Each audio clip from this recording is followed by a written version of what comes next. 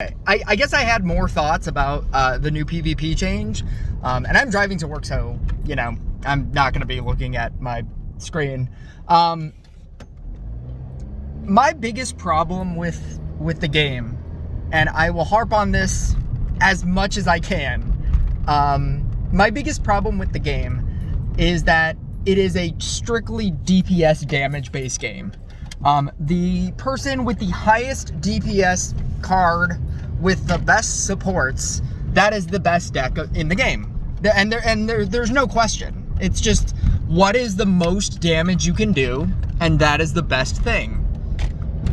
Now, if you look at any other form of anything, that would be bad, and it would be immediately fixed if there was no sense of evenness. I used to play Magic the Gathering, I used to play Yu-Gi-Oh! And there was never a dominant deck. There was a very good deck, but there were like 3 or 4 different kinds of very good decks. It wasn't just like, have these cards win every game. Because if that ever happened, they started to ban cards, or they started to restrict cards. There were safeties in place to not allow that to happen, because that creates imbalance.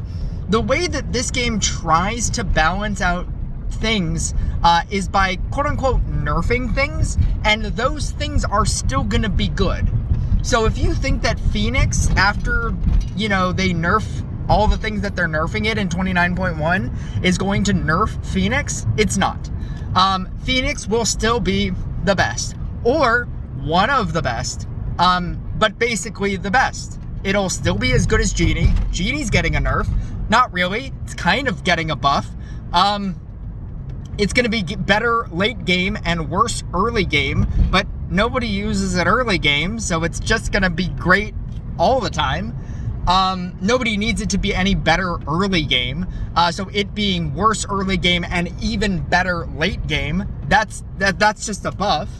And this new PvP mode, where it's giving the winner extra mana, is insane. The idea of giving a bonus to the person that's already winning so that they can win even more is crazy. I was thinking about it, and I thought to myself, like what if they did it to where the person that loses, like the person that doesn't destroy their boss fast enough, gets the buff instead. Now, this opens up to, because then I thought, like, okay, well, what if people try to abuse it? What if, like, you're playing against, you have a Phoenix deck, so you're like, oh, I'm going to summon in just, like, 1 unit in the early game, right? 2 units in the early game, until I get, like, 1 Phoenix. I'm not even going to level it up, and it's so that I destroy my boss, like, slower than my opponent. Well, then that would open you up to Toxic. And a Toxic deck could theoretically beat you in the early game. And then I thought, like, oh, well, then everybody would probably play Bard, right? Because then Bard has the ability to just shut off.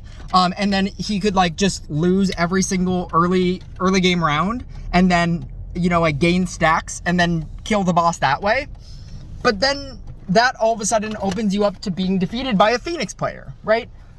That kind of strategy is what's missing from this game. There is no strategy. It's just play the best deck, which is Phoenix Kobold, without Stasis. If you decide to play this mode, you can just play it with all DPS cards instead of the Stasis. Take out Stasis, put in Trapper, and then just win. And there's no other strategy. And it's subtle things like this, like giving the person who loses mana, that would open up strategy. And this game currently just has no strategy. It's just play the best deck with the best hero and just win every game. And the only games that you may lose are mirror match games. That's it.